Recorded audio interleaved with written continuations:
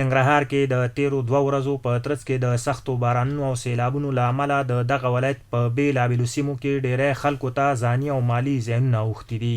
د ننګرهار والي ویاند وایي بارانونو او سیلابونو لسګونه هیوادوالو ته د مرګ ژوبلې ترڅنګ ګڼې ورانۍ او ویجاړۍ رامنځته کړي دي. پر زرګونه جریبه ځمکه یې ولاړ فصلونه هم له منځه وړي.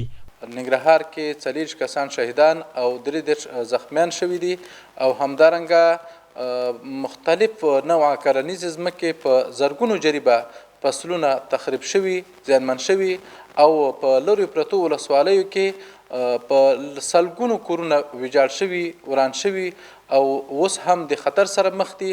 او همدارنګه د ولایت رهبري او نظامی او ملکی مسؤلین د خلکو په خدمت کې لګیا دي او په سلګونو کورنۍ خلک د سیلابونو د منځ څخه ژغورلي دي.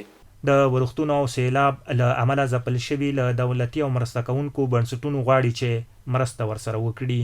مالي زیان ډېر لرو، د کور ټول توکي رانه وړي دي او د حکومت نه مې او د مؤسساتو نه مې هیله دا ده چې موږ سره خپل لاسلیوي وکړي او زموږ هم ملاتړ وکړي. دا تاسو په خپله دغه حال ګورئ، دغه ثوافت راغی او دغه کور یې مو غورځو، زموږ خدای شته څه چې و هغه خو هر څه ویوړه ټول.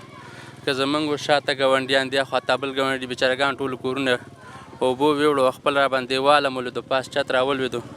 دا خپل مې تاسو دا د خپله ګورئ، دغه د ماته ده او مؤسساتو نه هم دا خواهش ده چې راشي دغه ته د موږ او دغه ګاونډیان دغه نور سیلاب ځپلي دوی سره همکاري وکړي، کومک یې وکړي.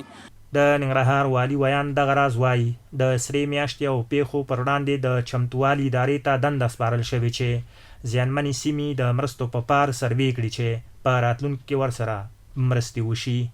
زمونږ د حوادثو رئیس، د سرې میاشتې رئیس، د دوی سره همغږۍ یوه غونډه وشوه چې په هغې کې سپارښتنه وشوه چې په مختلفو ولسوالیو او زیانمن شوو ځایونو کې خپله سروې وکړي او خپل هغه مرستې ټولو ته ورسوي. ولایتي مسؤلینو همدارنګه له ټولو نړیوالو کورنیو مؤسساتو وغوښتل چې ورښتونو او سیلاب ځپلو لاسنیوی او مرسته وکړي چې له اوسنیو سختو حالاتو راووځي.